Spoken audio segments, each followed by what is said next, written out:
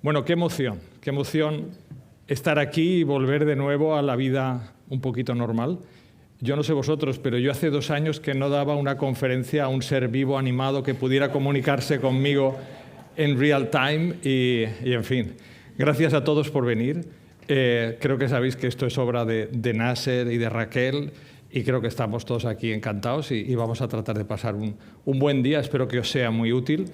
Y yo, a lo largo de mi presentación, lo que os voy a presentar es al departamento científico, porque claro, Nasser ha sacado pecho de otros departamentos, pero ya que os voy a presentar lo que hace el departamento científico. Y nada, pues eso, lo que quería es agradeceros y agradeceros vuestra presencia y espero que sea de mucho interés el día de hoy para vosotros. Y yo os voy a hablar de la genética y, por lo tanto, de cuáles son las innovaciones genéticas que nos están llevando ya y que quisiera convenceros que nos van a llevar todavía más a la medicina personalizada en reproducción asistida, porque ya existe en otras partes de la medicina, como bien sabéis. Entonces yo quisiera hacer un paseo, como dicen los americanos, por todo lo que es el recorrido de la medicina reproductiva desde el punto de vista de la genética, explicándoos por qué es importante en este momento y por qué nos está dando otro nivel de conocimiento que hace que al final mejoremos pues, las posibilidades clínicas de nuestros pacientes. Pero antes que nada estoy obligado a hacer el disclose. Bueno, como sabéis, pues yo soy el fundador y el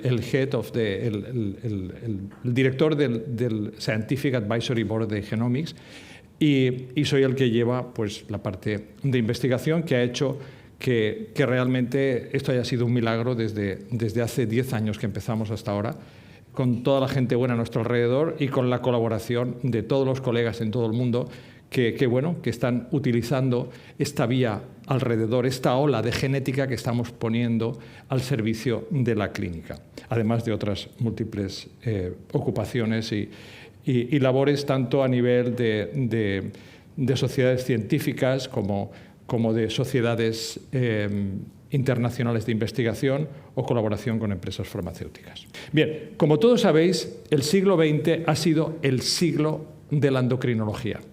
Y los que hemos vivido mucho tiempo, tal vez demasiado en el siglo XX, ya sabéis lo que quiero decir, hemos presenciado cómo han habido los avances que se han producido en todo lo que han sido el conocimiento de las hormonas. Aquí tenéis los premios Nobel que han ocurrido durante este siglo pasado, cómo se ha ido descubriendo absolutamente todas las hormonas, las prostaglandinas, la GnRH, todo lo que nos ha servido para realmente hacer lo que hacemos hoy en día. Y de hecho, fijaros que curiosamente el último premio Nobel, no sé si lo veréis desde allí, porque la pantalla no es muy grande, el último premio Nobel, que es el de 2010, que fue a nuestro profesor Bob Edwards, bueno, pues está catalogado como el premio Nobel, el award es IVF. O sea, IVF, lo que nosotros hacemos, básicamente es parte de la evolución de la endocrinología del siglo XX. Y la verdad es que pues, todo lo que hacemos está envuelto y rodeado por la endocrinología, que os voy a contar que no sepáis. De hecho, los americanos, los médicos reproductivistas americanos se llaman Reproductive Endocrinology and Infertility, son R&I. Por lo tanto, la endocrinología está completamente unida a lo que nosotros hacemos. Y bueno, pues en fin, ¿qué os voy a decir? Estradiol, progesterona, estamos midiendo las hormonas, la respuesta ovárica, la reserva ovárica. Esto es nuestro día a día. Y está bien, y ha sido maravilloso, y hemos conseguido grandes cosas, y hoy por hoy pues seguimos atendiendo a nuestras pacientes de esta forma. Pero la verdad es que tenemos que ser conscientes que esto es mejorable y que, aunque este es nuestro día a día y lo hacemos lo mejor posible, lo que sí que es cierto es que las tasas de embarazo, las tasas de niño en casa, que es nuestro parámetro de calidad, pues siguen siendo bajos, siguen siendo muy bajos. A lo mejor estaremos ahora en el 35, el 40, pero aún así, de 10 pacientes que entran en la clínica, solamente 3, 4 quedarán embarazadas en el primer ciclo. Y sabemos que la causa fundamental está después de la transferencia, porque hoy por hoy, en la mayoría de casos obtenemos ovocitos, si es que existen, en la mayoría de casos obtenemos embriones, pero luego cuando se produce la transferencia embrionaria, ahí es donde está el escalón. Es decir, tenemos un room for improvement clarísimo. Entonces, ¿cómo podemos mejorar nuestra práctica habitual? Bueno, pues ahora mismo estamos en el siglo de la genética. El siglo XXI es el siglo de la genética. Y en este siglo, aquí os he puesto también los premios Nobel que han hecho posible el comienzo del descubrimiento de la genética hasta su aplicación clínica, en el que en el último, que fue este año pasado, se le dio el premio Nobel a Charpentier y Doudna por el genomic editing, es decir, por la edición genética. Pero claro, esto procede todavía de la mitad del siglo pasado, cuando Watson and Crick descubren el DNA y se dan cuenta que los ácidos nucleicos son el origen de la vida, y a partir de ahí se va creando todo el conocimiento que ha hecho que en la actualidad nos encontremos en el momento en que nos encontramos de desarrollo.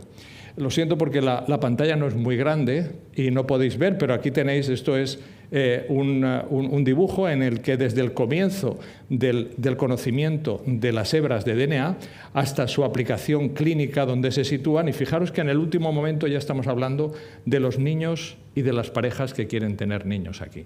Por lo tanto, la genética está impactando y ha impactado en la vida de todos, pero en la actualidad está impactando en lo que nosotros ya hacemos.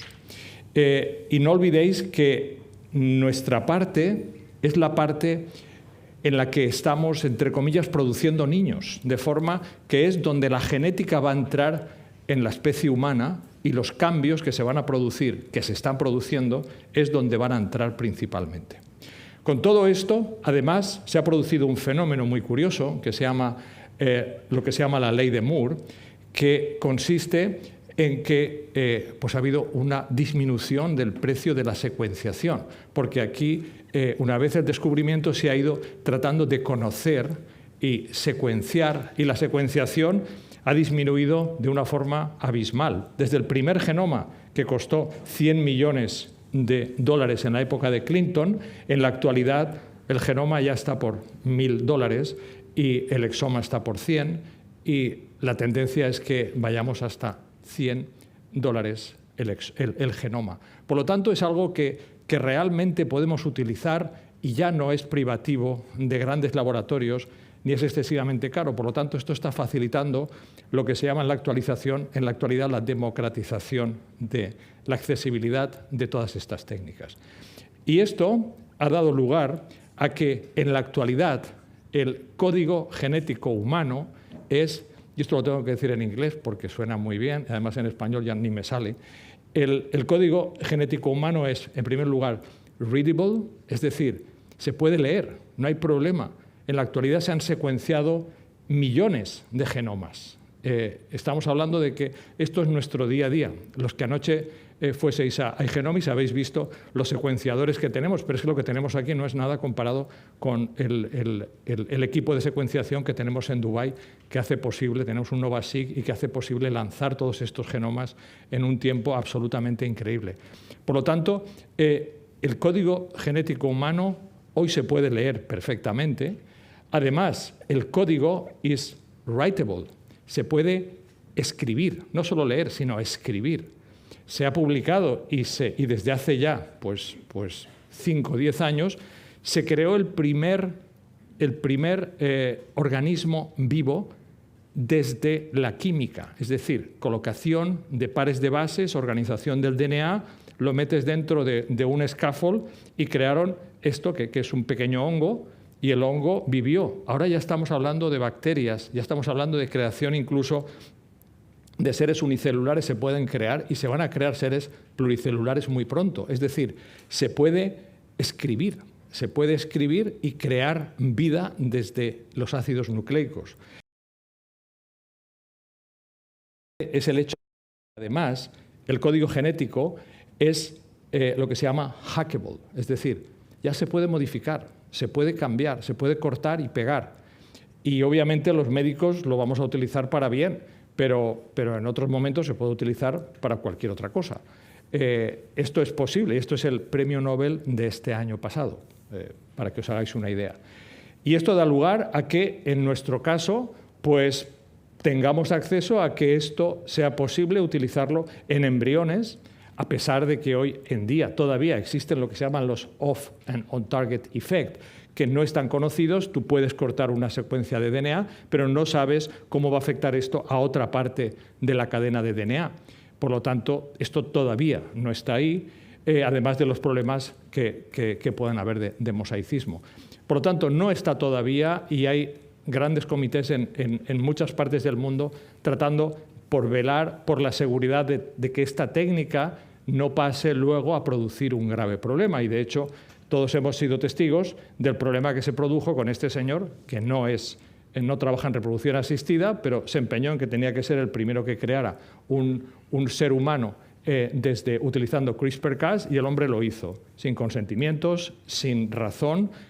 Ahora ya hay unas gemelitas en China nacidas porque este hombre se empeñó en cortar el receptor por el que entraba el virus del HIV, que es una quimoquina, y así lo hizo. No sabemos los efectos que va a tener, y esto pues nos lanza hacia atrás. Pero es para daros una idea de cómo la reproducción asistida es el campo de entrada de la genética en la especie humana, que hasta ahora somos lo que somos porque han habido errores al azar que se han producido durante millones de años. Es el darwinismo, porque una mutación no es ni más ni eso, no es ni más ni menos que cambios pequeños del DNA que han hecho que los mejores se adapten y entonces estemos aquí y hayamos pasado de Neandertal, hayamos pasado a Homo sapiens. Pero es que ahora estos cambios ya los podemos producir nosotros, esperemos que por bien. Pero por eso es concienciaros de que es importante que en reproducción asistida no solamente veamos la luz corta de lo que hacemos al día, sino de lo que podemos llegar a hacer y de lo que, si no somos cuidadosos suficientes en términos de por qué no meternos en investigación en esto y controlar, no ser los que estamos dando embriones para que esto se haga, sino que realmente nosotros somos los que los vamos a poner en nuestras pacientes.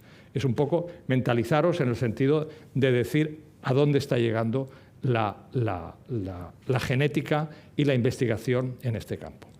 Bien, pues con todo esto, yo lo que os quería hablar es de nuestro sueño, que era el crear Igenomics, era crear esta ola de ciencia alrededor de la clínica de reproducción asistida para poder ayudar precisamente a vosotros con vuestras pacientes, a todos nosotros, para mejorar los resultados. Y este es el concepto de Preconception Genome Medicine. Este trabajo que hemos publicado recientemente con Antonio Capalvo trata de resumir este concepto de aplicar la genética en cada una de estas partes. Y la forma de hacerlo, básicamente las distintas partes para poder hacerlo, se resumirían en la diapositiva que, si pasa, os la mostraré. Entonces, se trata de, con este concepto genético, porque además hay otra cosa muy, muy básica.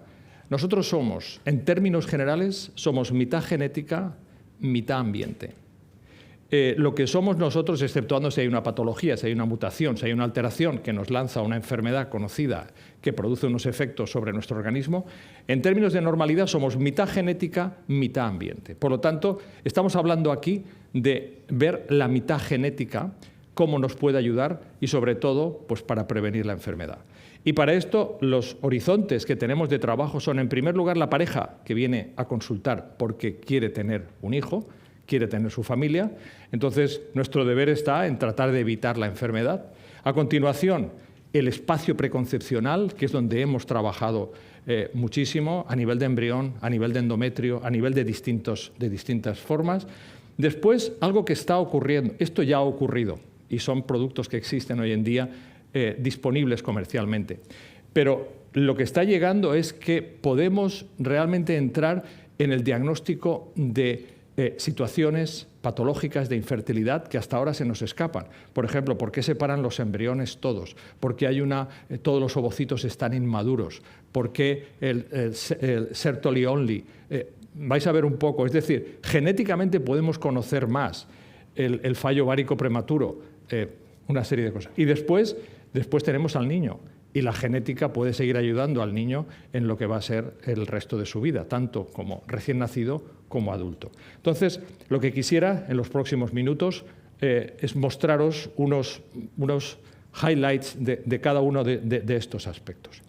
En lo que respecta a la pareja, bueno, pues todos sabemos que cuando existe una una alteración dominante, existe en la familia, pues la pareja te viene con que existe esa alteración en la familia y vamos a ponerle solución. Pero la mayor parte de los casos se trata de mutaciones recesivas, que no hay antecedentes en la familia, que no sabemos que la paciente tiene esa mutación.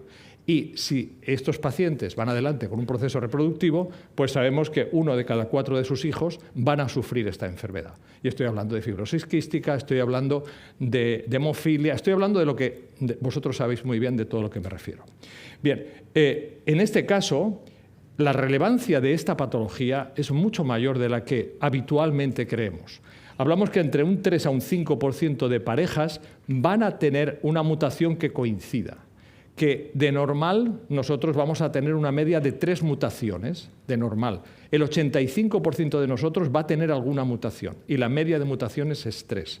Y la existencia de estos niños enfermos es el 40% de las hospitalizaciones pediátricas y la mortalidad en países desarrollados. Y el 88% que tienen alguna alteración genética, no había ninguna historia familiar de esto. Por lo tanto, la relevancia está ahí. ¿Qué se puede hacer para prevenir o para por lo menos identificar esto antes de que ocurra? Pues lo que podemos hacer, ya lo sabéis, empezamos analizando un gen en la pareja, que es la fibrosis quística. Empezamos a hacer paneles hace muchísimos años. Y en la actualidad los podemos diferenciar en lo que se llama el carrier testing, es decir, hacer un riesgo basado en una historia familiar positiva, enfermedades dominantes. Podemos hacer lo que se llama el carrier screening, en el que nos dedicamos a una población que tiene unas mutaciones más elevadas, los judíos askenazis, o en el Middle East tenemos en Dubái, hay un hub muy grande genético porque allí la consanguinidad es muy grande. O podemos hacer, como se hace ya en todo el mundo, lo que se llama el Expanded Carrier Screening, es decir, hacerlo para todo el mundo, hacerlo para todas las pacientes que vienen a tener niños, independientemente de su etnia o de cuál es su posible frecuencia. De hecho, fijaros que todo el mundo estamos muy familiarizados con lo que pasa con el síndrome de Down y sabemos que el riesgo de síndrome de Down aumenta con la edad, obviamente, y analizamos los embriones nosotros antes de colocarlos y todo esto, pero aunque no vengan en reproducción asistida, a todas las mujeres se les ofrece un screening por síndrome de Down, sobre todo a partir de los 35, me refiero prenatal. Pues fijaros cuál es la incidencia del que tiene, estos son el riesgo que tiene siempre cualquier pareja, sea natural o sea por reproducción asistida, de sufrir este tipo de alteraciones recesivas en los niños.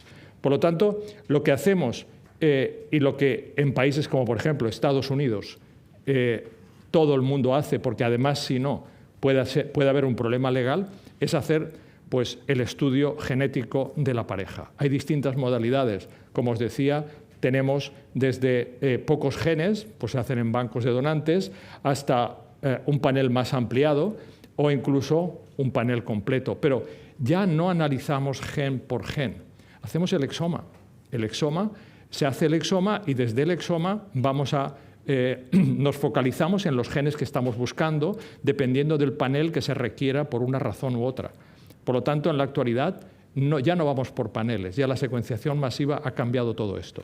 Se hace un exoma y vamos a los determinados paneles que por distintas razones se necesiten, de forma que la pareja que comienza va a tener un buen screening de cuáles son sus defectos, sus alteraciones recesivas, y en el caso de que coincidan, pues entonces pues vamos a hacer un PGTM, que es la técnica habitual. Por lo tanto, esto es lo primero que la genética está ayudando al comienzo de la reproducción asistida, poder evitar este porcentaje de niños enfermos que hoy son evitables y que sabemos de sobras porque vemos a nuestras pacientes y hemos tenido en nuestra propia familia que un niño enfermo que pueda haber sido evitado es un drama inenarrable, además de unas consecuencias legales que pueden estar ahí también. Por lo tanto, es también comunicaros esto. Y en el espacio preconcepcional, una vez ya estamos en materia, pues este es el lugar donde todo ocurre. Este es el lugar donde el embrión y la madre van a estar en contacto y el embrión pues vamos a tener que saber en qué situación se encuentra y después qué podemos hacer para mejorar la implantación por parte de la madre. Por parte del embrión, sois conscientes todos de realmente todo lo que ha habido, el avance del PGT, del análisis preimplantario genético, en el que hoy por hoy pues somos capaces de hacer el análisis preimplantario tanto por enfermedades monogénicas, por aneuploidía, ese ha sido el más utilizado, buscando alteraciones cromosómicas, por las alteraciones estructurales, y en la actualidad ya se está comenzando a hablar del riesgo poligénico. Eso es lo que está viniendo ahora, porque conocemos lo que ocurre cuando hay una mutación de un solo gen, pero como veréis, las enfermedades más graves no dependen de un gen, dependen de muchos, y en la actualidad se está empezando a conocer cómo poder investigar el riesgo de estas enfermedades en las personas, de nuevo, personalizando todo esto. Y todo esto se ha hecho a lo largo del tiempo, se ha hecho mediante el avance científico, en el que cuando Carmen Rubio comenzó con Fanny Vidal hace más de 20 y tantos años, hacíamos un FISH, tenían un FISH con unos cuantos cromosomas, en el que con los ojos podían ver si había o no señal. Bueno, pues ahora ya luego se pasó a ver el cariotipo completo, y ahora con secuenciación masiva, no solo el cariotipo, sino que se añaden alteraciones genéticas, y en la actualidad ya Carmen ya ha puesto en marcha con su equipo el análisis cromosómico no invasivo del embrión, en el que puede analizar el DNA embrionario libre, el DNA producido por el embrión y que está libre en el medio de cultivo, y que con esto pues realmente puede obtener la misma información, pero siendo no invasivo, y además obteniendo esta información de la bola de 100 células y no de tomar 3 o 4 con los problemas de mosaicismo que esto lleva acarreado. Y esto os quiero contar un poco la experiencia del equipo de Carmen Rubio desde que comenzamos con esta idea hace ya pues como 5 o 6 años. La primera publicación fue en el 2018. En el que lo que vimos es que sí, que se producía el DNA del embrión, se secretaba allí, pero realmente la concordancia no nos valía. Luego, como seguíamos pensando que valía la pena trabajar con ello, en el siguiente trabajo que hicimos con el equipo de Laura Rienzi, pues aquí vimos, esto fue un piloto con 100 blastocistos aproximadamente, en el que ya vimos que sí, que la concordancia nos estaba aumentando a más de un 70%, que si éramos cuidadosos con el tiempo en el que tomábamos el medio y si mejorábamos los sistemas de detección en el laboratorio, tanto de genética como tener un poquito de cuidado en el laboratorio de FIP, pues podíamos tener resultados que realmente suplieran a lo que tenemos hoy en día con el invasivo. Y finalmente publicamos este estudio prospectivo multicéntrico, que os voy a poner aquí un breve vídeo. Esto se publicó en el American Journal de Obstetricia y Ginecología. ¿Lo podéis animar, por favor? Y lo podéis ver en la web del AJOC. Es un resumen en 2 minutos de este trabajo de Carmen Rubio y su equipo. The recent identification of embryo cell-free DNA in the spent blast opened a new era of possibilities for non-invasive embryo aneuploidy testing in assisted reproductive technologies. During in vitro embryo development, mostly from day 4 to day 6, embryo cell-free DNA is released to the culture medium, with higher concentrations as the number of cells increases at blastocyst stage. The spent blastocyst medium containing the embryo cell-free DNA can be analyzed by next-generation sequencing, representing a non-invasive approach to estimate the chromosome copy number of the blastocyst without the need of a trophectoderm biopsy.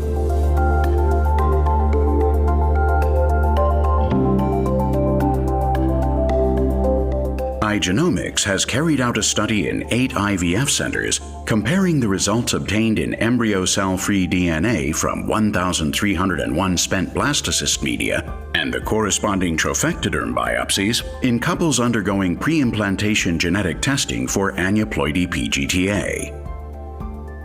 This is the largest study to date assessing ploidy concordance per embryo between invasive and non-invasive PGTA. The study was designed with two main objectives: to evaluate the concordance and reproducibility of testing embryo cell-free DNA versus trophectoderm DNA obtained from the same embryo in a large sample of 1,301 day 6 and day 7 human blastocysts, and to assess the concordance rates with the inner cell mass of the blastocyst in a subset of 81 aneuploid blastocysts donated for research. The results of the non-invasive analysis of embryo cell-free DNA from spent blastocyst medium demonstrated a high concordance rate with the trophectoderm biopsy results. The concordance rate was on average 78.2%, ranging from 72.5% to 86.3% in different centers, without significant differences among centers related to culture conditions or blastocyst quality. In addition, in a subgroup of 81 blastocysts, the comparison of the inner cell mass with the embryo cell-free DNA and the trophectoderm biopsies has shown similar concordance rates, 84.4% and 87.5% respectively. We can conclude that this non-invasive approach could avoid embryo biopsies and reduce costs, while democratizing its use and increasing accessibility for a wider population of patients. Nevertheless, more studies are needed to understand the origin of the embryo cell-free DNA and the mechanisms involved. Y seguimos haciendo más estudios, por supuesto. Y aquí, fijaros lo que ocurrió. Esto es la publicación, el estudio prospectivo multicéntrico, pero estos son ya las primeras validaciones preclínicas reales que Carmen Rubio con su equipo ha hecho en cada una de las clínicas de los cuales algunos de vosotros estáis aquí. Solamente por poner cuidado, solamente por saber que esto ya va a ocurrir, la concordancia ha aumentado a un 85%. Y además, los que no son concordantes no significa que esto sea peor que el invasivo. Significa que los resultados, cuando hemos comprobado qué pasaba cuando era por invasivo normal y por no invasivo anormal, la tasa de abortos subía.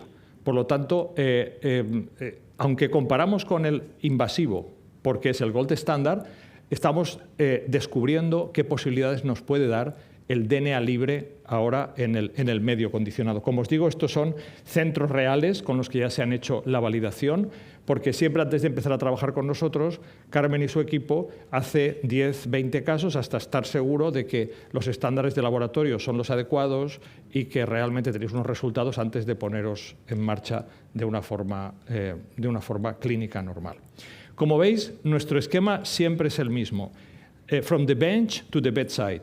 Desde el descubrimiento científico, el probar que científicamente funciona. A continuación tenemos un equipo de estudios clínicos que lo trasladamos a las clínicas y vosotros, participando con vosotros, sois los que sacáis los resultados y luego los recopilamos.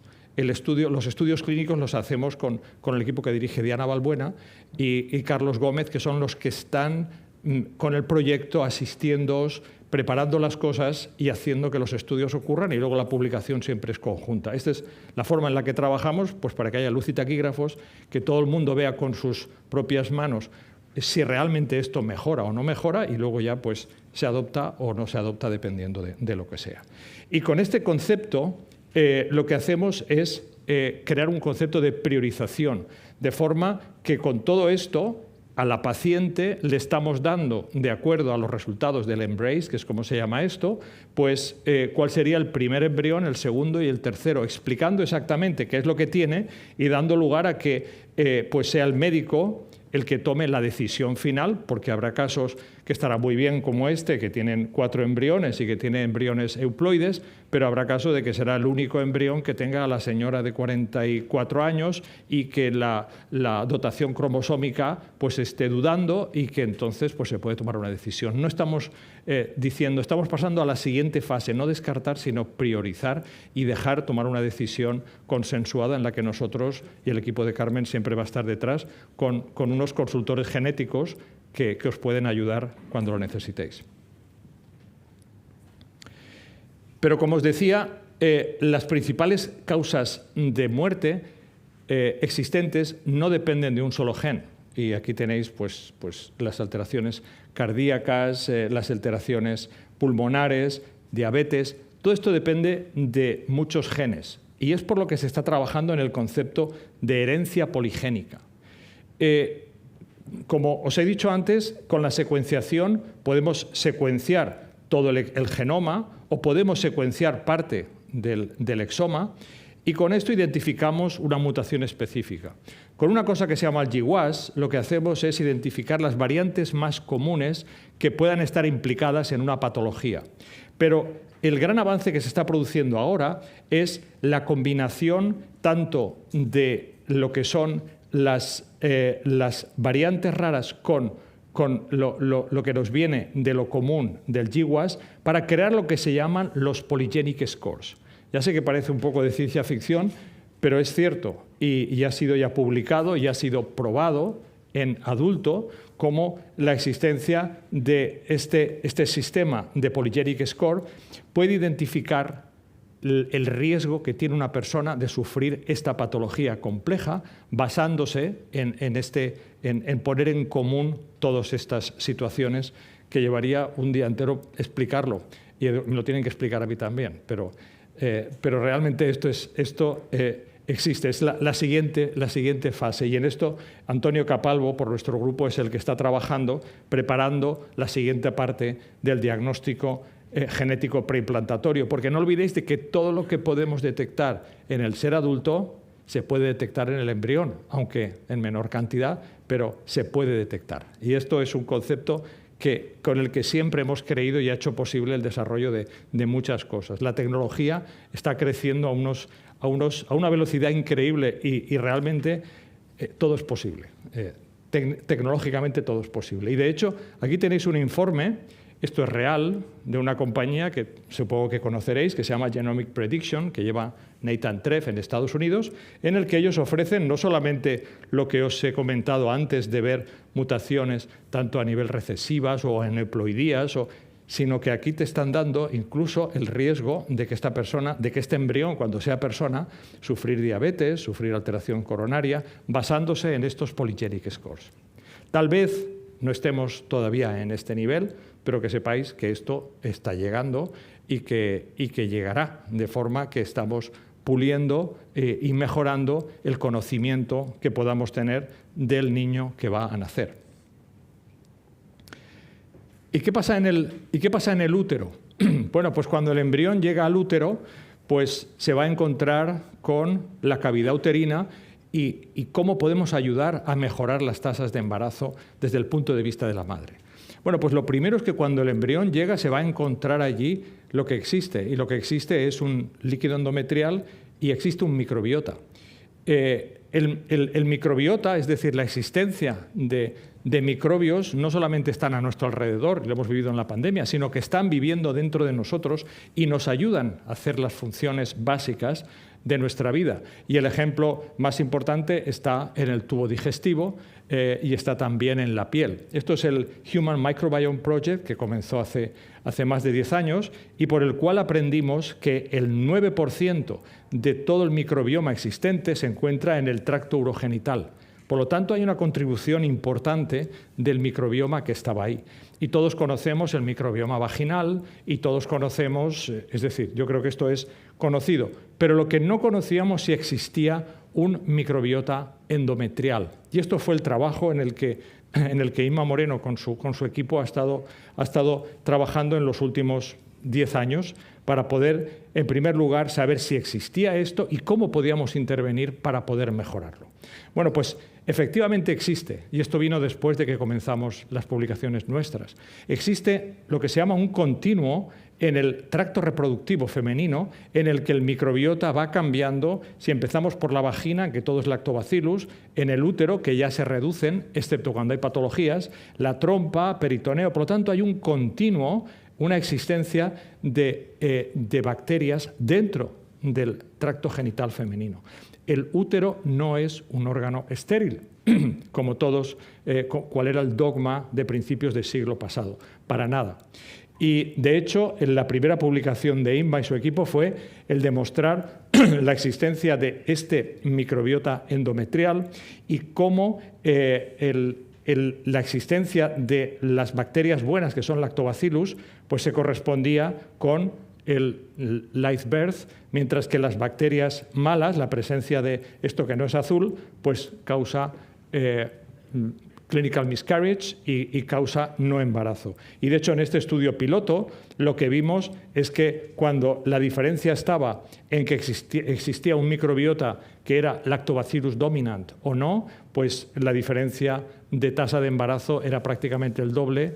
El miscarriage pasaba del 13 al 60%, del 16 al 60%, y la tasa de nacido bajaba del 58 al 6%. Esto fue el primer estudio piloto en el que dijimos, bueno, esto puede tener una relevancia importante. Luego pudimos ver, en un caso, pudimos ver por primera vez cómo es el microbiota endometrial en la misma paciente cuando la señora aborta y luego se queda embarazada. Pero se queda embarazada y yo a la señora le tomé un líquido endometrial estando embarazada de 5 semanas, obviamente sin yo saberlo, os lo prometo. Y esta es la publicación del American Journal, en el que, como veis aquí, esta es la misma señora en el que cuando el embarazo se produjo, todos son lactobacillus, sobre todo era Lactobacillus iners, y en esta misma señora que tuvo este aborto previo, antes de que se produjera, como veis el color es distinto. Existían muchos otros tipos de patógenos en la misma paciente.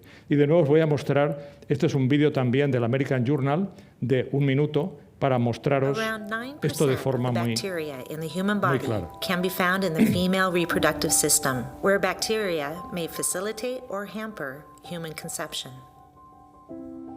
Using 16S rRNA sequencing and functional metagenomics, we described the human endometrial microbiota in a patient who had an 8th-week spontaneous clinical miscarriage with euploid embryos, and, for the first time, during a successful pregnancy in which the endometrial fluid was sampled at 4 weeks of gestation. Lactobacillus iners was the most prevalent microbe found in the endometrium during early pregnancy, associating its presence with defense mechanisms and basal functions. The microbial profile prior to the spontaneous abortion had higher bacterial diversity and lower lactobacillus abundance, showing an unstable functional pattern characterized by transposisis and insertion elements. We found taxonomic and functional differences between the microbiota found in the endometrial fluid collected during an early successful pregnancy and prior to a spontaneous abortion in the same patient. Further investigation of the microbial community in the female reproductive tract may come to understand the role of bacteria in human reproduction and infertility. Y como os digo, hicimos further investigation. Y aquí este es el estudio clínico prospectivo en 13 lugares en todo el mundo, en 8 países, con 452 pacientes, cuyos resultados los podéis ver, están a punto de ser publicados en Microbiome, ahora está ya en preprint. Y aquí el grupo de INMA lo que pudo concluir es que hay una asociación de unos perfiles microbianos específicos con el reproductive outcome. Es decir, aquellas pacientes que tenían el perfil caracterizado por Atopobium, Gardnerella, Haemophilus, Klebsiella, Neisseria, esto era un perfil patológico, o sea, se asociaba con aborto y con no embarazo, mientras que los lactobacillus pues, se asociaban con reproductive success. Pudimos hacer esto en el líquido endometrial y a la vez en la biopsia endometrial, y con todo esto la conclusión es que esto es un marcador más que nos puede ayudar a definir cuál es el estado microbiano y a mejorar los resultados reproductivos en nuestras pacientes. Después el embrión, cuando ya entra en la cavidad endometrial, tiene que tocar el epitelio y tiene que implantar. Y esto es la receptividad endometrial. Y yo no me quiero extender en esto porque sabéis que esto es mi baby. Pero bueno, el concepto es simple. El epitelio es lo que regula la adhesión del embrión al útero. Que el epitelio cambia, es evidente que hay una transformación de la membrana plasmática, que en el ciclo menstrual la mayor parte del tiempo es refractario. De hecho, el embrión humano, y lo he dicho muchas veces, es capaz de pegarse a cualquier lugar. El embrión humano se pega a la trompa, al epitelio tubárico y tenemos un ectópico. Se pega a la cicatriz de la cesárea, se pega al cuello, se pega al peritoneo, se pega al ovario, se pega al plástico de la cánula de transfer, pero no se pega en un endometrio no receptivo. Y de hecho, probar a ponerlo en la fase folicular o probar que se le olvide la progesterona a la paciente y verás lo que pasa. Por lo tanto, hay una ventana que se abre por la presencia de la progesterona y esto es lo que hace que se induzca la receptividad. Y hemos estado buscando cuál es este concepto desde hace mucho, pues a nivel anatómico, a nivel de histología, a nivel todo lo que hemos podido hacer. Porque el concepto es este, hay una ventana de oportunidad. ¿Y cómo encontramos esta ventana de oportunidad? Pues bueno, la ventana la encontramos debido al desarrollo de la transcriptómica y la personalización de este concepto. Lo que aún en día se está haciendo es, el concepto es claro, la progesterona es la que marca la apertura, la receptividad endometrial. Creo que en eso estamos de acuerdo. Pero no tenemos que quedarnos solo en la progesterona o en si hay que dar la progesterona por vía intramuscular, o sea, eso es farmacogenética. Lo que hay que quedarse es cuál es el efecto de la progesterona sobre el receptor de la progesterona. Y esto es lo que hace que personalicemos la situación de la propia paciente. Sabéis que hay dos receptores, el A y el B, y que es lo que se expresa cuando activamos este receptor, lo que produce los cambios morfológicos que dan lugar a que se produzca la receptividad.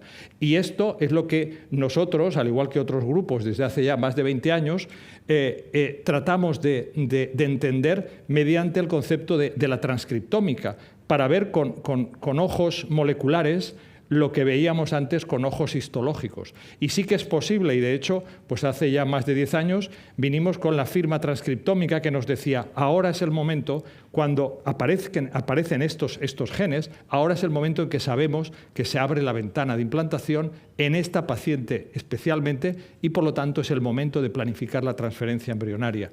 Y este concepto en el tejido completo lo demostramos en esta publicación del año pasado en Nature Medicine, en el que hicimos esto a nivel de lo que se llama célula única, Single Cell RNA-seq. Célula a célula, analizando más de 80.000 células, pudimos ver que cuando tomamos el epitelio endometrial solo, veis que aquí se produce este escalón marca la apertura de la ventana de implantación. Y esto es completamente distinto de lo que pasa en el estroma, en el que no existe este cambio abrupto, sino que hay un cambio sutil, es la decidualización. Por lo tanto, con este concepto es por el que en el ERA os decimos que esta señora, la ventana de implantación está en un lugar u otro. El 70% de vuestras pacientes, la ventana de implantación requiere aproximadamente 5 días de progesterona para ponerse en marcha. Por eso es importante saber cuándo se añade la progesterona o cuándo no debe estar la progesterona. Es decir, conocer cuándo comienza. El 70%. Pero el 30% de pacientes, la progesterona, necesitaréis más días de progesterona, hasta 7 o menos días de progesterona. Y la ventana, la longitud viene a ser como de 30 horas, pero hay casos como alteraciones congénitas uterinas en que tiene menos, hasta 12 horas, y hay casos en que se tiene hasta 48 horas. De nuevo, personalización. Y con este concepto es por lo que nosotros lanzamos el concepto de Personalized Embryo Transfer, en que en vez de transferir los embriones cuando están los embriones listos y le damos a la señora progesterona y unas clínicas dan 5 días, otras 6 u otras dan, dependiendo de cuando tengamos el quirófano para transferir, el concepto es hagámoslo cuando conozcamos cuándo es la ventana personalizada de la paciente para transferir. Es el concepto de personalización de la ventana de implantación. Y esto lo iniciamos en pacientes en las pacientes más difíciles, aquellas con fallo de implantación, y poco a poco el concepto con papers positivos que repiten esto y algunos papers que dicen que no lo ven, pues hemos llegado a hacerlo en pacientes en un primer ciclo en el que no hace falta que existan fallos previos. Y aquí lo que hemos visto, lo podéis, está publicado, los mensajes que hemos obtenido en este estudio randomizado, prospectivo, comparando Fresco, Frozen y Personalized Embryo Transfer, es que el Personalized Embryo Transfer es beneficioso en términos de aumento de la tasa de implantación, tasa de embarazo cumulativa y tasa de embarazo y tasa de nacido vivo acumulativa, con estos números versus a los otros tipos de transfer, y con respecto al niño nacido vivo obtuvimos 13 puntos de aumento con respecto al frozen y 10 con respecto al fresh, pero puesto que el estudio estaba capacitado para detectar 15, esto no fue significativo. Y me estoy refiriendo a resultados por protocolo, no resultados por IT. Entonces, esto es el concepto que hemos tratado de crear, y otros nos han seguido variando el número de genes, y hay en día ya muchas copias de ERA en todo el mundo, de distintos países y de distintas empresas. Incluso la última copia viene de China y no se han molestado ni en cambiar el nombre, le llaman ERA también, y nos han copiado hasta los panfletos de todo. Bueno, significa que la cosa va bien. Otro concepto es qué pasa genéticamente, cómo podemos ayudarnos para conocer lo que hoy en día todavía nos sorprende. Y es el ejemplo típico de la falta de maduración de los gametos, un sertoli selonli, la existencia de alteraciones en el varón, la existencia de patologías que siempre han estado con nosotros, el que haya un ovario, premature ovarian insufficiency, o incluso el PCO, o incluso pacientes que, a pesar de que su edad sea joven, pues haya un aumento del riesgo de aneuploidías. O lo que nos hemos encontrado siempre en el laboratorio es que de repente una señora pues no maduran sus gametos, son todos los ovocitos inmaduros, o se produce una buena fecundación, pero luego todos los embriones se paran al día 2 o al día 3. Bueno, pues aquí tenéis una serie de genes implicados en esto, publicaciones, se está acumulando información en que puede ser posible que en el futuro próximo se puedan lanzar ya test que verifiquen la existencia o no de estas alteraciones genéticas para poder por lo menos encaminar el diagnóstico. Tal vez no podamos solucionarlo en este momento, pero si la señora sabe que sus embriones se paran porque hay esta alteración genética, no irá de un centro a otro repitiendo lo mismo hasta 3 veces hasta que la señora ya hasta que la paciente se quedan ya completamente convencidos de que no hay forma. Y finalmente, lo que os quería es ya avanzar lo siguiente, porque una vez el niño nace, creemos que nuestro trabajo ha acabado, pero no es así. Es decir, podemos aconsejar y podemos llevar a nuestras pacientes a que también tengan el cuidado genético de sus hijos. Y esto es algo que estamos comenzando. Javier García Planells es el director de este nuevo departamento que hemos creado, en el cual la idea es tener este conocimiento genético para poder intervenir lo antes posible en casos en que se puede intervenir. Y me refiero a situaciones que puedan causar problemas no solo físicos, sino problemas intelectuales. Me estoy refiriendo a malabsorciones que pueden ser evitables sin estar esperando a que 2 años el niño esté vomitando, perdiendo peso y perdiendo su desarrollo. Y todo esto hoy en día se puede hacer. En la actualidad se realiza un screening bioquímico mandatorio, pero desde luego se puede hacer mucho mejor. ¿Cómo se puede hacer? Fijaros la cantidad de alteraciones genéticas que en el nacimiento pueden tener tratamiento. Pero para eso necesitamos saberlo. Y esto lo podemos saber con un simple análisis genético del niño al nacer. Y este análisis genético se puede hacer en un escobillonaje bucal, de forma que podamos prevenir que el niño esté sufriendo por esta patología que es claramente tratable. Algunas no lo son, pero estas sí que lo son. Fijaros que estamos hablando de situaciones ya en el niño, pero luego en el adulto que no ha sido tratado existen lo que se llama las enfermedades raras, que son el 6 al 8% de la población en la Unión Europea, por ejemplo. Estamos hablando de estos porcentajes, 400 millones, más de 7.000 enfermedades raras que todavía existen y están por ahí, y las podemos conocer, podemos saber qué es lo que le está pasando a estas personas. Y esto es el concepto de la creación de este de este nuevo departamento en eGenomics para ir más allá, tratando de llegar al adulto.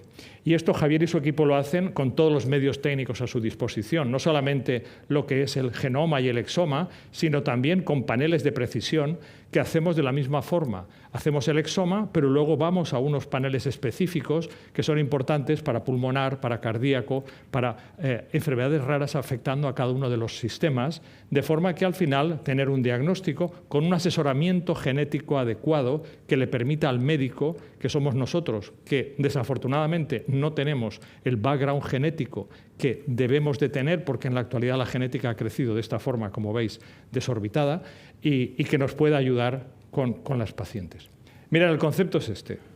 El concepto de cómo poder hacer de una forma profesional algo como lo que tratamos de hacer para ayudaros a todos.